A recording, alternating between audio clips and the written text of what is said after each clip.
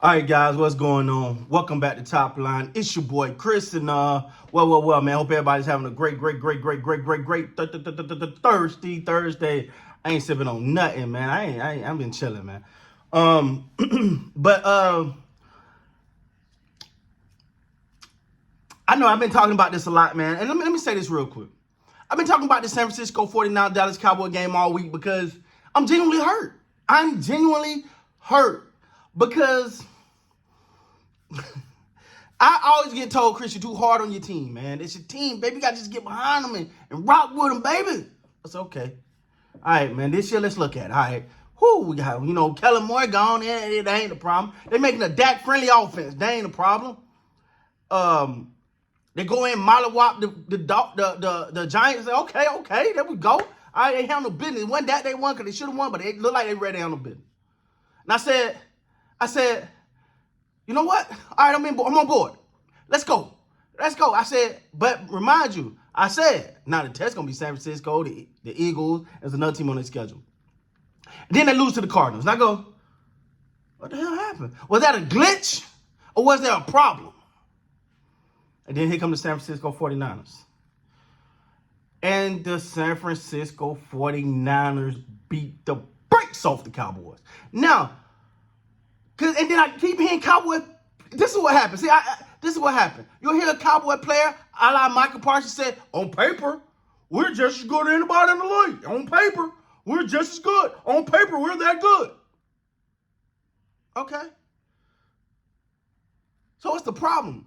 If I'm looking at it on paper, is that good? Y'all even. Let's say you evenly match. Even though I think they're better than you at the running back position. I think they're better than you at the quarterback position. But okay, let's buy into this. They're even, right? So why they beating the brakes off of you? Why they beating you year after year after year after year? Why?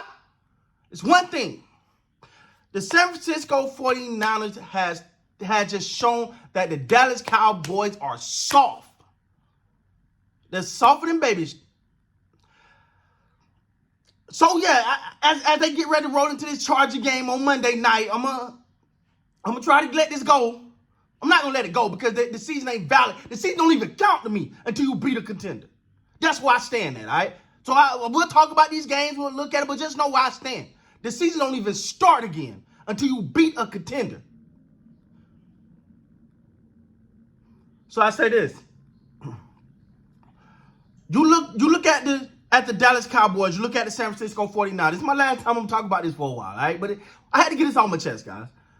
You look at two teams. One of those came in there, and I'm not the only one who's saying this, but one of them came in there and said, man, what y'all gonna do? Man, what? We ain't got nothing to prove. You can't beat. We're better than you. We're bigger than you. We're better than you. You want to know, and even though it was a dirty play, I'm going to take it as far as it was a dirty play. I think it was Greenwell. I could be wrong. I think it was him. What is it? That's his name? Anyway, when he literally lifted Tony Pollard up and slammed him to the ground, that set the tone right there. Hey, these boys are for real. If you didn't know it was like that, even though they beat your butt twice, you should know at that point it's like that. Okay. When you look at the way that how hard, it's like they were just hitting him so hard. Like Parson was hurt. Lewis got hurt for a minute. I think Lewis. I think Lewis had a little injury, but he was okay. Curse had an injury. It was like they're literally just. It's like the suburb kid fighting the kid from the hood. Let's just keep it real. It was like, yeah, they pretty, they flashy, they nice. But these boys over here bop that life. You know what I'm saying? It's like, let's keep it real. Let's keep it real now. It's like street dudes, then John Morant. Okay, all right, I'll stop. But listen, I'm just saying, man, shout out to Ja, first of all. I'm joking. Shout out to Ja. That man be on the up and up since his last incident. Let's just keep sending positive messages his way. But at the end of the day, man,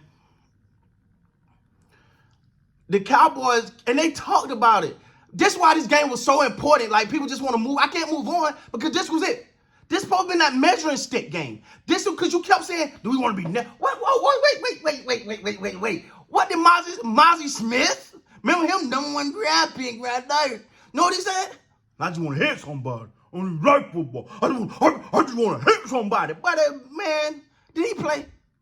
What's his number again? 58? Boy, you're an afterthought. See, to me, one of the problems the Cowboys got, and I'm gonna put a lot of this at the foot of Jerry Jones, a little bit, not all this, because these players hold all this, but a little bit at the foot of Jerry Jones. The problem that these players have is they are watching the thing about promoting and the Cowboys and the star, and look at us, we prime time, we them.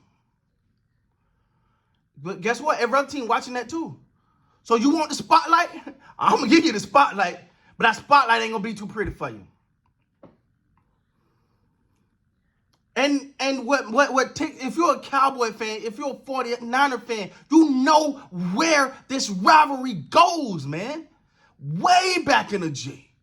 Way back in the G. You know where this rivalry goes. So to see it play out like that, and to see it just don't even look like you could put up a fight. That's why it hurt, because this was the game that's supposed to measure this team. For a lot of Cowboy fans, we feel like the season's done. Now, I know it's early and they can bounce back, but do you have any indication that this team's going to bounce back? That they're going to bounce back and they're going to be, because I don't want to hear nothing about it until you beat the Eagles or beat the 49ers. I don't want to hear no close calls. I don't want to hear it almost happen. I'm tired of that. Until you beat one of them, you got to settle. You got to settle for, I'm not putting them above the Lions right now. I'm not putting them above the Lions. So you talking about a team that when the hype run out, I'm not going to call this artist out, and I relate this to a Pacific hip-hop artist that sold 450,000 copies the first week and still couldn't go platinum. Why? Because your hype game was a beast. The hype was a monster. But the product, left a lot to be desired. And that's what's happening with the Cowboys. So you can stop fanning this to me talking about, on paper, we're legit, man. On paper, we're blah, blah, blah. On paper, Kanye West was a billionaire, too. Until they showed him what it means to actually have it or to say you got it. Actually say you got it or to actually have it. That's the difference.